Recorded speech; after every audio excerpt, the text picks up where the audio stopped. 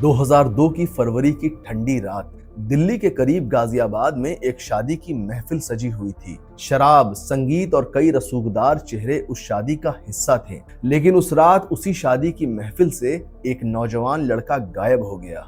अगले दिन शादी के वेन्यू से 80 किलोमीटर दूर उस लड़के की जली हुई लाश मिली। उसका नाम था नीतीश कटारा। उसे इतनी बेरहमी से मारा गया था कि पहचानना तक मुश्किल हो गया। नीतीश कटारा की कहानी सिर्फ एक मर्डर की नहीं है, ये कहानी है प्यार की, पॉलिटिकल पावर की और एक ऐसे सिस्टम की जो इंसाफ के लिए 14 साल तक इंतजार करवाता है।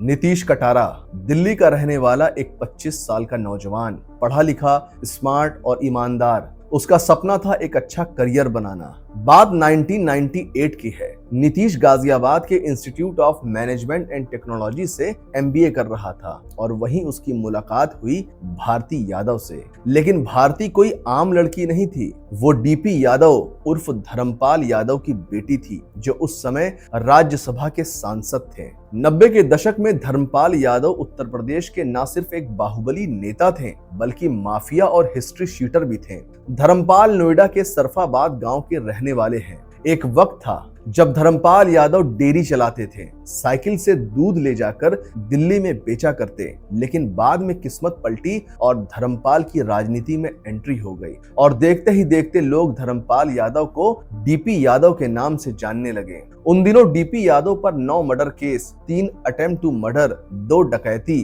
किडनैपिंग और फिरौती के मामले दर्ज हुए थे। टाडा और गैंगस्टर एक्ट के तहत भी कार्रवाई हुई थी। इसके बावजूद डीपी यादव का रसूख कम नहीं हुआ था। लेकिन साल 2002 में एक ऐसा कांड हुआ जिसने डीपी यादव के रसूख, इज्जत और ताकत को मिट्टी में मिला दिया।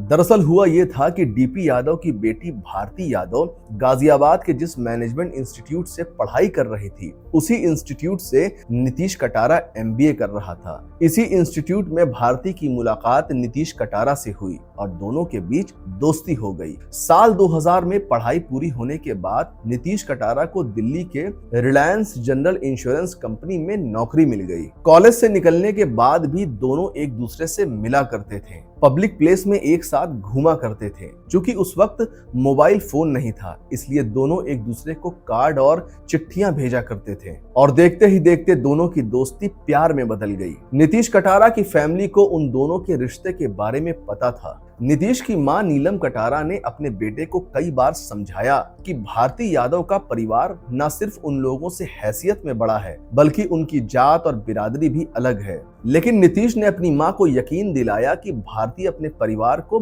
मना लेगी। पर नीतीश ये नहीं जानता था कि भारती यादव के परिवार को उनका रिश्ता हरगिज मंजूर नहीं था, खासकर भारती के बड़े भाई विकास यादव को। उन दिनों विकास यादव राजनीति और अपराध की दुनिया से जुड़ा हुआ था। वो नीतीश से नफरत करता था। उसने कई बार नीतीश को धमकाया भी कि वो उसकी बहन भारती से दूर रहे। इसके बावजूद भी नीतीश पीछे नहीं हटा। वो और भारती आपस में बात करते रहे, एक दूसरे से मिलते थे। नीतीश कटारा भारती के बड़े भाई विकास यादव की आंखों में खटकने लगा था और यहीं से शुरू होती है एक साजिश, एक खौफनाक खेल। 16 फरवरी 2002 को गाजियाबाद में भारती यादव और नीतीश कटारा की एक दोस्त की शादी थी। इस शादी में भारती यादव अपने पूरे परिवार के साथ शामिल हुई थी। नीतीश कटारा भी अपने एक दोस्त के साथ इस शादी में शामिल हुआ था। उस रात शादी के माहौल में नीतीश और भारती ने एक साथ डांस किए, तस्वीरें खिंचवाई। उस रात वो दोनों बहुत खुश थे, लेकिन किसी को ये नहीं पता था कि वो रात नीतीश कटारा की जिंदगी की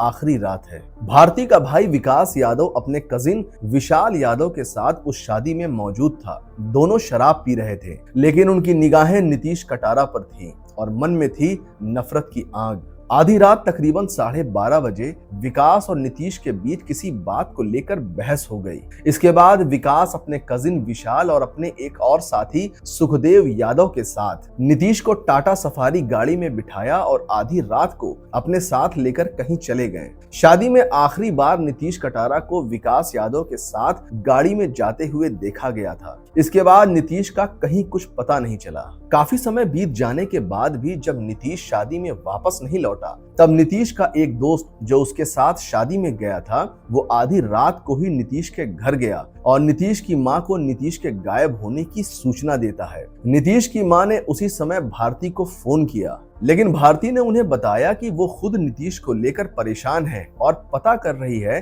कि आखिर उसके भाई उसे लेकर कहां गए हैं। भारती ने उसी समय नीतीश की मां को अपने पिता डीपी यादव का नंबर दिया और उनसे बात करने को कहा। नीतीश की मां को अपने बेटे की चिंता हो रही थी। उन्होंने उसी रात भारती के पिता डीपी यादव को फोन किया, लेकिन डीपी यादव ने साफ कह दिया कि उन्हें इस बारे में कुछ नहीं पता। काफी रात बीत जाने के बाद भी जब नीतीश का कहीं कुछ पता ना चला, तब नीतीश की मां सुबह होते ही पुलिस स्टेशन गई और डीपी यादव के बेटे विकास और चचेरे भाई विशाल के खिलाफ कंप्लेन दर्ज करा दी कि उन लोगों ने उनके बेटे नीतीश को किडनैप कर लिया। पुलिस ने एफआईआर तो दर्ज कर ली थी, लेकिन ये कोई आम केस नहीं था। डीपी यादव उस समय राज्यसभा के सांसद थे। पैसे और पावर की कोई कमी नहीं थी। चूंकि एफआईआर दर्ज हो चुकी थी, इसलिए पुलिस ने छानबीन शुरू कर दी थी। 17 फरवरी 2002 को शादी के वेन्यू से, मतलब उस जगह से जहां नीतीश आखिरी बार देखा गया था, उस जगह से 80 किलोमीटर दूर पुलिस को एक बॉडी मिली जो बुरी तरह जली हुई थी। बॉडी की हालत इतनी खराब थी कि पेट से आंतें तक बाहर निकली हुई थी। बॉडी की शिनाख्त के लिए नीतीश की मां को बुलाया गया। बॉडी देखते ही नीतीश की मां ने कंफर्म कर दिया कि वो उनके बेटे नीतीश कटारा की बॉडी है। सोचिए, अगर एक मां अपने बेटे की लाश देखे तो उस पे क्या बीतेगी। नीतीश की मां ने जब अपने बेटे की लाश देखी तब पहले तो वो बिल्कुल टूट गई, लेकिन उन्होंने खुद को संभाला और उसी समय तय किया कि वो अपने बेटे के हत्यारों को सजा दिलवा कर रहेंगी। विकास और विशाल यादव के खिलाफ तुरंत वारंट जारी किया गया। 23 फरवरी 2002 को विकास यादव और विशाल यादव को पुलिस ने ग्वालियर के डबरा स्टेशन से गिरफ्तार किया। गिरफ्तार होने के बाद दोनों ने अपना जुर्म कबूल कर लिया कि उन्होंने ही नीतीश कटारा की हत्या की है। विकास ने पुलिस को बयान दिया कि उस रात नीतीश को गाड़ी में बिठाने के बाद वो लोग उसे शादी वाली जगह से दूर लेकर गए। पहले उन लोगों ने नीतीश को बुरी तरह मारा, फिर लोहे की राड और हथौड़े से उसके सर पर बार बार वार किया, जिससे उसकी मौके पर ही मौत हो गई। लेकिन वो लोग यही नहीं रुके। वो नीतीश की बॉडी को लेकर उत्तर प्रदेश के खुर्जा इलाके में गए और वहां जाकर नीतीश की बॉडी पर पेट्रोल डालकर उसे जला दिया ताकि कोई पहचान ना सके। एक मासूम लड़के की जिंदगी बस इसलिए खत्म कर दी गई क्योंकि उसने एक रसूखदार और बाहुबली नेता की बेटी से प्यार किया था। हैरानी की बात तो यह है कि जब विकास यादव ने नीतीश कटारा की हत्या की थी, उस दौरान वो जेसिका लाल मर्डर केस मामले में जमानत पर बाहर था और जमानत पर ही उसने एक और मर्डर कर दिया। जब ये मामला कोर्ट में पहुंचा तब कई अहम गवाह अपने बयान से पलट गए क्योंकि ये केस इतना मामूली नहीं था। बाहुबली डीपी यादव की नजर शुरू से इस केस पर थी। अपने बेटे को बचाने के लिए उसने अपने रसूख का इस्तेमाल किया, जिससे कई अहम गवाह इस केस से पीछे हटते गए। इसके बावजूद नीतीश की मां लगातार अपने बेटे को इंसाफ दिलाने के लिए लड़ाई लड़ती रही। जब सारे गवाह अपने बयान से पलट गए तब एक लौता और आखिरी गवाह बचा था, जिसकी गवाही विकास और विशाल यादव को सजा दिलाने के लिए काफी थी, और वो गवाही थी भारती यादव की। लेकिन केस शुरू होने के कुछ वक्त बाद ही पढ़ाई के नाम पर भारती को लंदन भेज दिया गया। कोर्ट की तरफ से उसे कई बार गवाही के लिए बुलाया भी गया, लेकिन वो भारत वापस न आई। इसके बावजूद नीलम कटारा अपने बेटे को इंसाफ दिलाने के लिए लगातार कोशिश करती रही। 2006 में भारती का पासपोर्ट रद्द कर दिया गया और उस पर कोर्ट की नाफरमानी के जुर्म का खतरा मंडराने लगा। अगर ऐसा होता तो भारती को लंदन में गिरफ्तार कर लिया जाता और भारत भेज दिया जाता। इसी डर से साल 2006 में भारती वापस भारत आई और उसने कोर्ट में अपना बयान दर्ज कराया, लेकिन परिवार के दबाव की वजह से उसने कोर्ट में झूठा बयान दिया कि वो और नीतीश सिर्फ एक दोस्त थे, उनके बीच प्यार वाला कोई रिश्ता नहीं था। मगर नीतीश के वकील ने कोर्ट में जो सबूत पेश किए, जैसे कि वो गिफ्ट और लेटर जो भारती और नीतीश ने एक दूसरे को दिए थे, और नीतीश भारती की तस्वीरें, जिनसे साफ जाहिर होता था कि दोनों में करीबी रिश्ता था। इन सबूतों को देखते हुए साल 2008 में दिल्ली फास्ट ट्रैक कोर्ट ने विकास और विशाल को नीतीश के किडनैप और मर्डर के जुर्म में 30 साल की सजा सुनाई गई। कोर्ट ने अपने फैसले में कहा कि ये ऑनर किलिंग का मामला था। विकास और विशाल यादव के अलावा सुखविंदर यादव उर्फ